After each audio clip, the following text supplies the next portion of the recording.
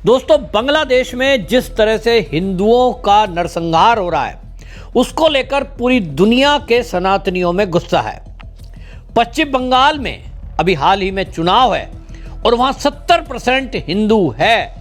उसके बावजूद भी ममता बनर्जी ने बांग्लादेश की हिंसा पर, बांग्लादेश के नरसंहार पर एक शब्द नहीं बोला।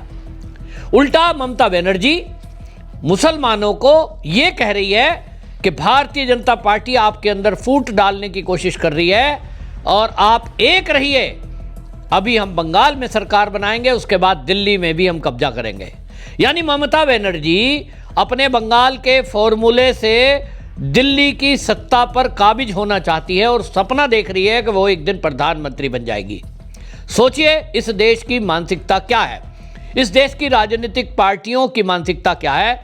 उनको लगता है कि मुस्लिम तुष्टीकरण के सहारे और लोगों को लालच देकर, पैसे खाते में डालकर, जिसको कहते हैं फ्री की रेवड़ियां, फ्री की रेवड़ी, मुस्लिम तुष्टीकरण, जातिवाद का बंटवारा, और उनको लगता है कि सत्ता में आ जाएंगे।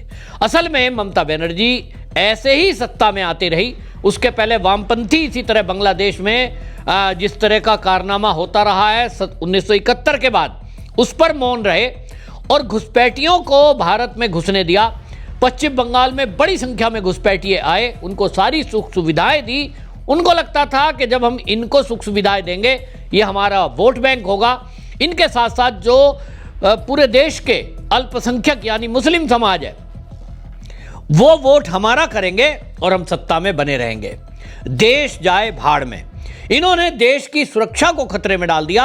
आज की डेट में बांग्लादेश बॉर्डर पर जो तनाव है, आज आप देखिए पाकिस्तान के आतंकवादी संगठन, पाकिस्तान के जो भी कट्टरवादी लोग हैं, उन्होंने अपनी शिफ्टिंग बांग्लादेश में कर दी है और उनको लगता है कि पाकिस्तान में मिसाइलें आकर गिरें, इससे अच्छा है बांग्लादेश। और बांग्लादेश क्योंकि उनको लग रहा है कि भाई वहाँ संपन्न देश है, उनका अच्छी स्थिति पाकिस्तान से है, तो उसको बर्बाद करें, भारत का एक और मोर्चा खोल दें। तो आज जिस तरह से भारत के लिए टेंशन बनी है, अभी तक हम 2.5 मोर्चे की बात करते थे, अब एक मोर्चा बांग्लादेश का भी खुल गया है।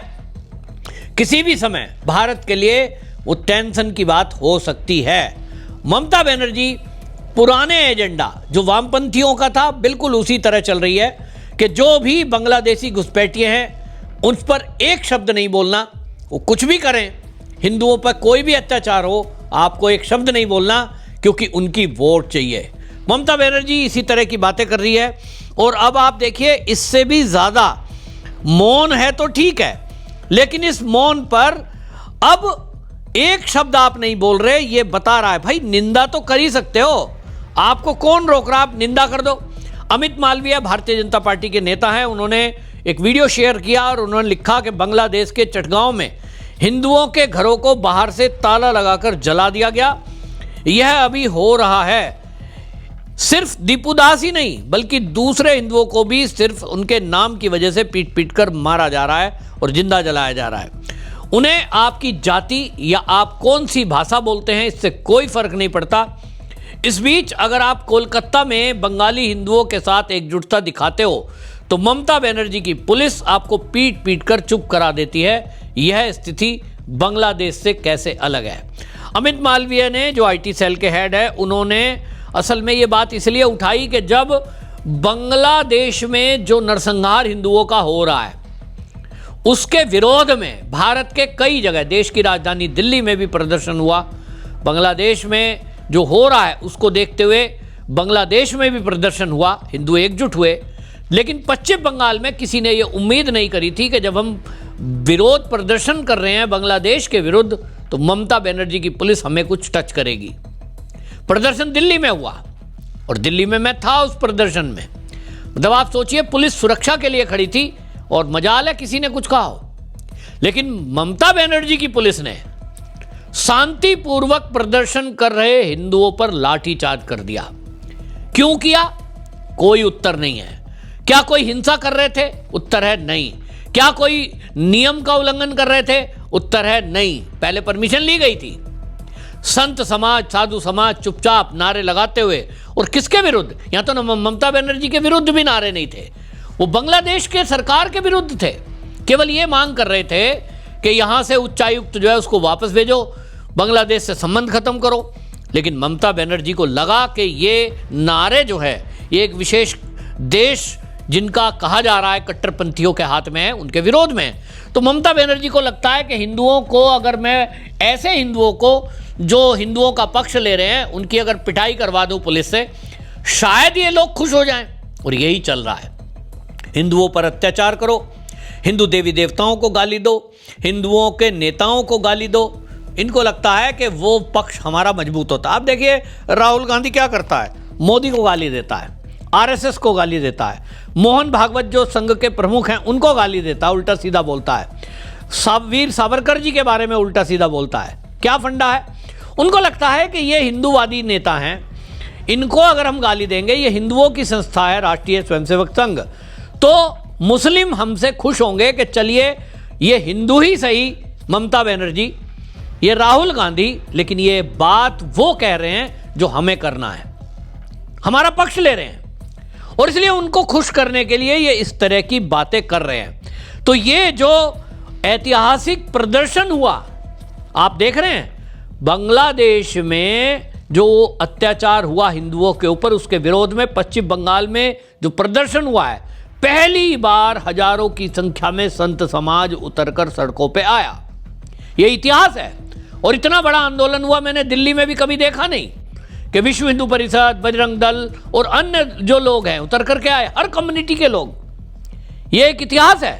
और ममता बनर्जी को लगता है कि अगर ये हिंदू एकजुट हो गया, बेशक ये बांग्लादेश में जो हो रहा है उस हिंसा के विरुद्ध में हुआ है, लेकिन ममता बनर्जी को डर सता रहा है सत्ता का कि ये हिंदू एक हो रहा है। ये जो एकजुट हो रहा है ये नहीं होना चाहिए, और इसीलिए प्रदर्शन करने वालों पर लाठीचार्ज करा दिया ताकि भयभीत हो जाएं। ये कभी भी ऐसा विश्व हिंदू परिषद या बीजेपी कोई आंदोलन करे, ये इकट्ठे ना हो पाए। तो शुभेंदु अधिकारी जो भारतीय जनता पार्टी के नेता हैं, उन्होंने बाकायदा एक एक्स पर लिखा है, एक वीडियो शेयर की है, और उन्होंने कहा कि कोलकाता के एक अस्पताल में हमारे बहादुर हिंदू भाइयों और बहनों के शरीर पर चोट के निशान देखकर बहुत दुख हुआ। वहाँ मैं उनसे मिलने गया। ममता पुलिस ने बांग्लादेश हाई कमीशन के बाहर इन शांतिपूर्वक प्रदर्शनकारियों पर बेरहमी से लाठी बरसाई, सिर्फ इसलिए कि वो बांग्लादेश में हिंदुओं के साथ हो रहे अन्याय के खिलाफ आवाज़ें उठा रहे थे। मैं इस तरह की बेवजह क्रूरता के बाद और उनके दर्द तकलीफ को महसूस कर सकता हूँ। आप सोचिए, ये शुभेंदु अधिकारी ने बाकायदा वीडियो पोस्ट की है और आप देख सकते हैं जिसमें वो लाठीचार्ज हो रही है और वो सब खूनम खून हो रहे हैं। ऐसा दृश्य हमने देखा है तो सवाल उठ रहा है, क्या ममता बनर्जी हिंदू विरोधी है? क्योंकि बांग्लादेश में जो हो रहा है उस पर आप एक शब्द नहीं बोल रही हो, उसके विरोध में बोलना चाहिए।